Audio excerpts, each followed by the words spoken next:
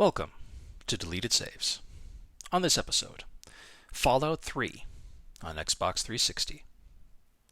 It can be difficult when a property sputters out and falls by the wayside of the video game landscape.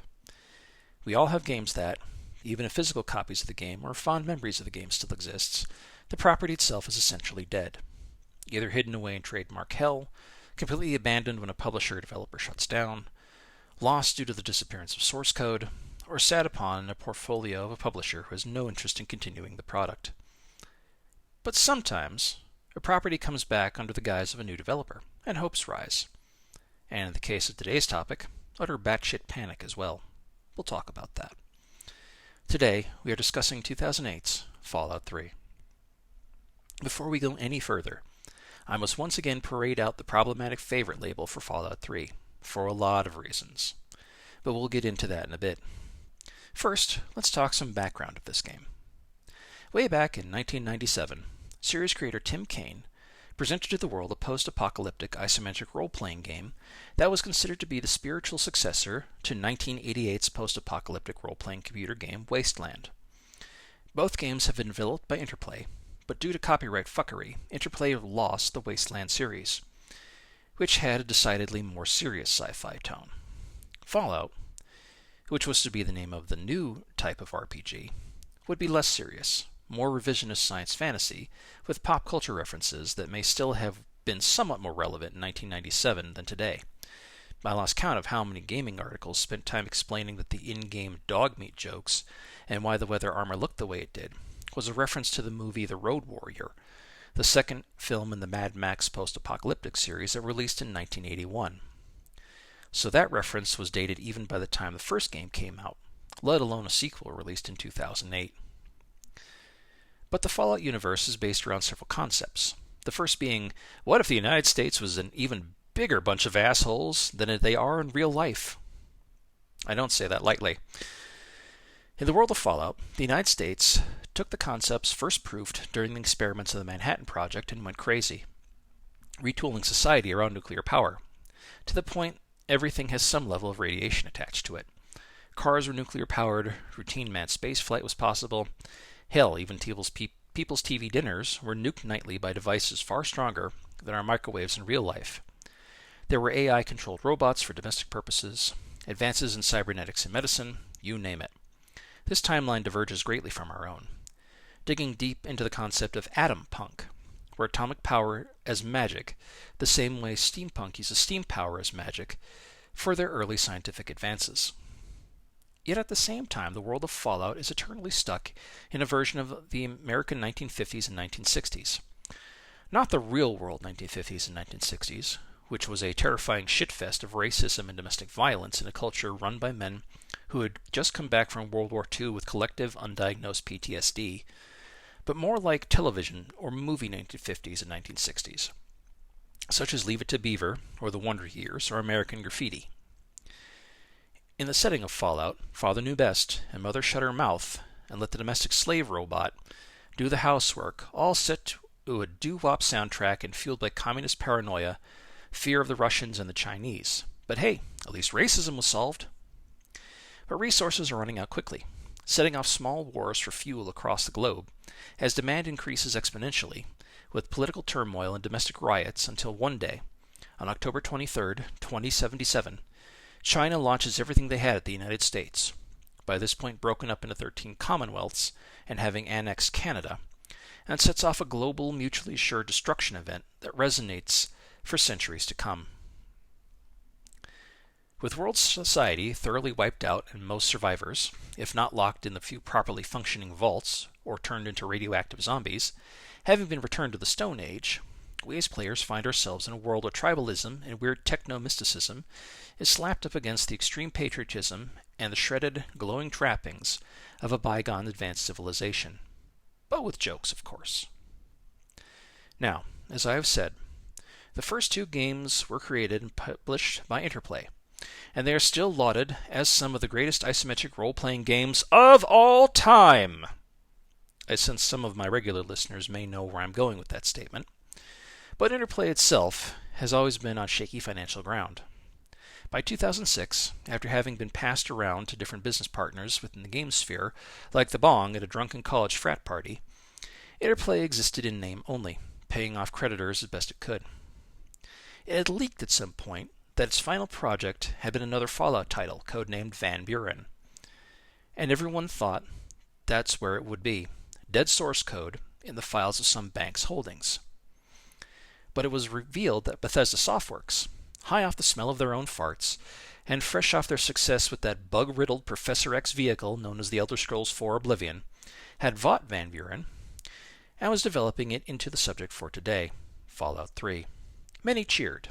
Even more shit themselves in blind gamer rage. The rest of the gamers TM pulled their faces out from between Call of Duty's butt cheeks and said, "Huh?"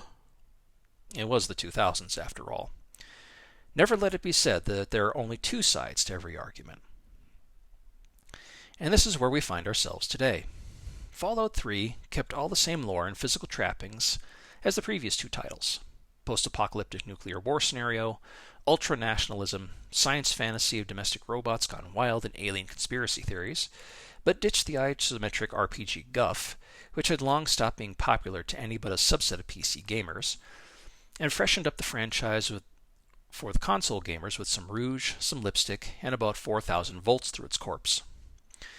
You play as a vault dweller who will be known as the Lone Wanderer, a roughly 19-year-old young man / young woman / identity to be determined, raised to believe you are going to have to live your entire life stuck in a steel tomb, as the door to the place malfunctioned and no one gets in or out. And why would they leave, anyway? The world above is a blasted glowing hellscape of cannibal mutants and communists. One morning, though, your best friend, who also happens to be the Vault Overlord's daughter, wakes you up in a panic. Alarms are sounding, and she tells you your dad, the Vault's doctor, just up and left. The guards have killed his assistant, and they plan to kill you as well for breaking the Prime Directive. No one ever leaves Vault 101. From here you can decide how to get out. Violence, stealth, or conversation if your skills are good enough. All in first-person perspective, which is what caused many at the time to label Fallout 3 as, quote, the Elder Scrolls with guns, unquote. At once you breach the vault door, you are blinded for the first time in your life by natural sunlight, as you stumble like a newborn fawn into the still devastated ruins of Washington, D.C. in the year 2277, 200 years to the day after the bombs fell. From here, the game world, that being D.C. and chunks of Maryland and Virginia, are yours to explore. Go anywhere you like. Find shit, be post-apocalyptic Jesus, or a buffoonish cartoon villain, settle down.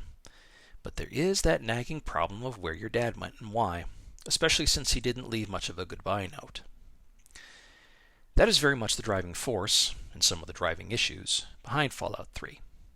The Capital Wasteland, as the locals call it, locals, I might add, who act like otherwise stock-issue fantasy merchants and guards except with taped-up fully automatic weapons and lead pipes dangling from their shit and blood-covered overalls, is full of small dungeon mysteries, the very thing Bethesda excels at. One can find a cave society run entirely by children under the age of 15 years, or an autocratic despot known only as Dave, running his fiefdom / harem. There are slavers and rogue flesh-eating ghouls, which are completely different from the upstanding sane ghouls, who are just trying to get by in the radioactive wasteland, as well as green ogres called supermutants, who are killing everything in sight. Why is there a radio DJ still spinning the hits 200 years after the world ended? And what the fuck is with these other vaults, which house some of the best and creepiest and most heartbreaking mysteries in the whole damn game? But that fucking story. Chase Daddy until you find him and ask why. The very first time through the game, barring you don't accidentally explore the wrong place, can be an interesting trail of breadcrumbs to follow, wherein your character uncovers that not only was Daddy not telling the whole truth about what he did before he came to Vault 101, the same vault in which the Vault Overlord himself lied to you, as they let your mom and dad in, ignoring the Prime Directive I mentioned earlier, but that there is a war on for the heart and soul of the DC area with two factions of warriors from California, both claiming to be allied with a group calling themselves the Brotherhood of Steel, and both want the military secrets left behind in the nation's capital after society fell apart. Oh, and the super mutants aren't there by accident. Someone is out there making them on purpose. But on subsequent playthroughs, there really is no option to change history or sides. Maybe just the color of the uniform you work for. And if you know exactly which in-game dungeon to go to and meet up with your dad, it short-circuits 90% of the main quest, ushering you into the final act of this post-nuclear melodrama without so much as buying you dinner first before you get fucked by the ensuing chaos. I have to spoil the story a bit here to make the next of what I have to say make any sense. So spoiler warnings from here. Your dad was a scientist working with the quote-unquote good faction of the Brotherhood of Steel to try and clean up the water basin around the Potomac River and make DC livable again. They couldn't get the project going before you were born and were chased off by the quote-unquote bad Brotherhood, and they needed to hide until the heat was off. Turns out today is that day, and you are going to help your father jumpstart this project whether you want to or not. And as Daddy gets killed, right as he reveals this plot point, it is left up to you to do whatever you, as Wasteland Savior and Lord, or Mad Max Beyond Complete Asshole Dome, are going to decide to save DC or nuke it again. And here is where we can really begin to dive into the problematic part of Problematic Favorite. In the canon story, be you hero or villain, you die. Turn the thing on or blow it up, the radiation from the machine overwhelms you and kills you. Even though you have a companion super mutant with you at this point, who you've been issuing commands to, and is completely immune to radiation. But no, your dumbass has to climb into the machine and melt. Why, I hear you ask? Because Bethesda had planned DLC that would finish the story. That's right, the true ending wasn't on the fucking disc. You see, kids, there was a time period when game companies were toying with the idea of not having game endings attached to the main game, but instead you would need to buy them later. This was done for capitalism purposes, to keep player engagement going after the initial sales of the game were waning. That in and of itself is eye-rollingly ironic, as it was capitalist economic policies and geopolitical backroom deals that turned the world into a nuclear hellscape within Fallout. But Fallout 3 would not be complete until you started buying the DLC packs for the game, one of which was called Broken Steel, which completely rewrote that original abrupt ending. Instead, your super mutant follower entered the machine and turned it on, but you were knocked out by the force of the water purifying device starting up. You awake a few weeks later in the arms of the Good Brotherhood, only to find out that the Bad Brotherhood was going to call down a nuclear strike on Washington, D.C. from their command post at Adams Air Force Base, as there was a nuclear-capable satellite that had been in orbit over D.C. for the last 200 years, awaiting the final command to launch, because they would rather nuke everything than simply take over the whole operation in D.C. itself. Okay, I guess? Even better, if escalation is your thing, the Good Brotherhood has found a prototype 20-fucking-foot-tall walking robot that spews pro-American propaganda and lobs miniature nuclear missiles like Super Bowl-winning footballs, and they plan to unleash it on the bad guys. I once said the writers at Bethesda don't go in by half measures, and they certainly proved me right here again. As I am no doubt sure many of you are ready to gargle razor blades if it will get you out of this clusterfuck, here's where I come into this. I had never played the first two Fallout games before this. Long ago I had seen advertisements for them in PC Magazine, but our game store at The Mall didn't carry them. What I did find was a copy of Baldur's Gate, another Interplay/Black Isle/BioWare joint of a type close to Fallout, and I bought that instead. I made the right choice. I'll discuss that situation in a much later time, however. So, I came into Fallout as fresh as it could be, and I fell in love. The game was my life for a year afterwards. I sunk I don't even know how many hours into it, unwisely losing sleep and work hours just to explore the capital wasteland a little more. It was so not Oblivion that, for me, they might as well have been completely unrelated developers who made the game. I bought all the DLC, and it was jank and uneven as shit. With Broken Steel and Operation Anchorage being utterly flushable digital diarrhea, The Pit being okay, and Point Lookout being to this day one of the best pieces of post-story DLC content I have ever played. It was that good. The Capital Wasteland was my home away from home, when it didn't freeze solid or in soft brick my Xbox 360. Oh, for you see, all that same Bethesda magic was still there. Bugs, glitches, crashes, quests and important NPCs failing to appear. Bethesda had a reputation in the industry that I was learning about, and I understood why the gamers TM in the know were acting like baboons on angel dust when Bethesda got the property. But at the same time, I disagree with their assertions, as I disagree with most any common or popular discourse around gaming, because I have my own beliefs and independent thoughts. To me, I could look past this because I was simply having too much fun with the overall game.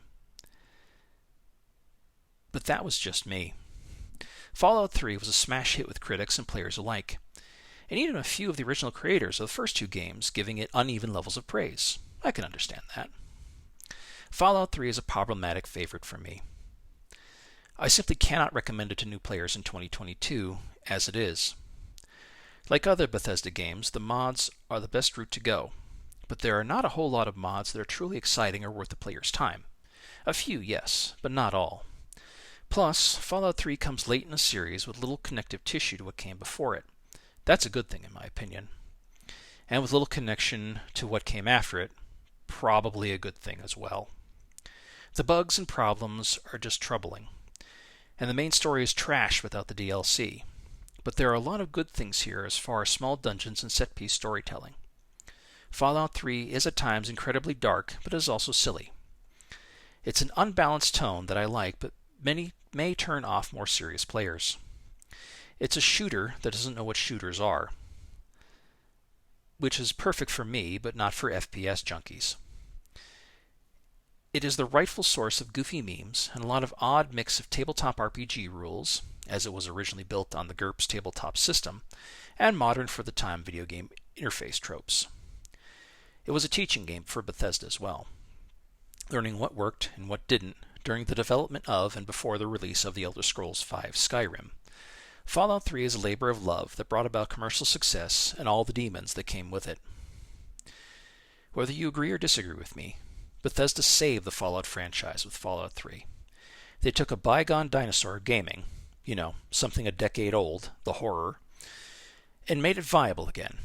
It opened the doors for players of other types of games to give RPGs or action RPGs a try, even if the graybeards of gaming were pissed. Sorry, folks. We all get old and irrelevant at some point.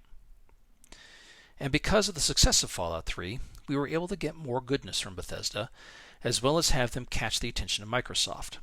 It was both Hail Mary pass and a calculated choice. And despite the bugs, it just worked. For 2008 anyway. I cannot recommend it as it is now. But I don't want those who have never played Fallout 3 to be discouraged. I loved it. I lived for it. It remains the only Bethesda game I have ever completed to the roll of the credits. Really, decide for yourselves. There is a damn good reason for this game's success. It's problematic, but it's still a favorite.